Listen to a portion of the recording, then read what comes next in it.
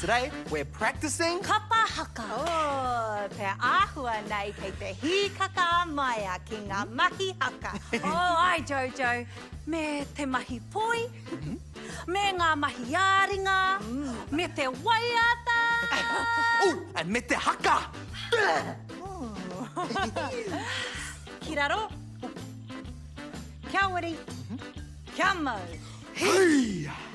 Tēnā takahia. Ngā manuhiri tuarangi e. Haere, haere mai. Hey! Anō? Oh, yeah. Join in. Ki raro. Kia wiri. Kia mau.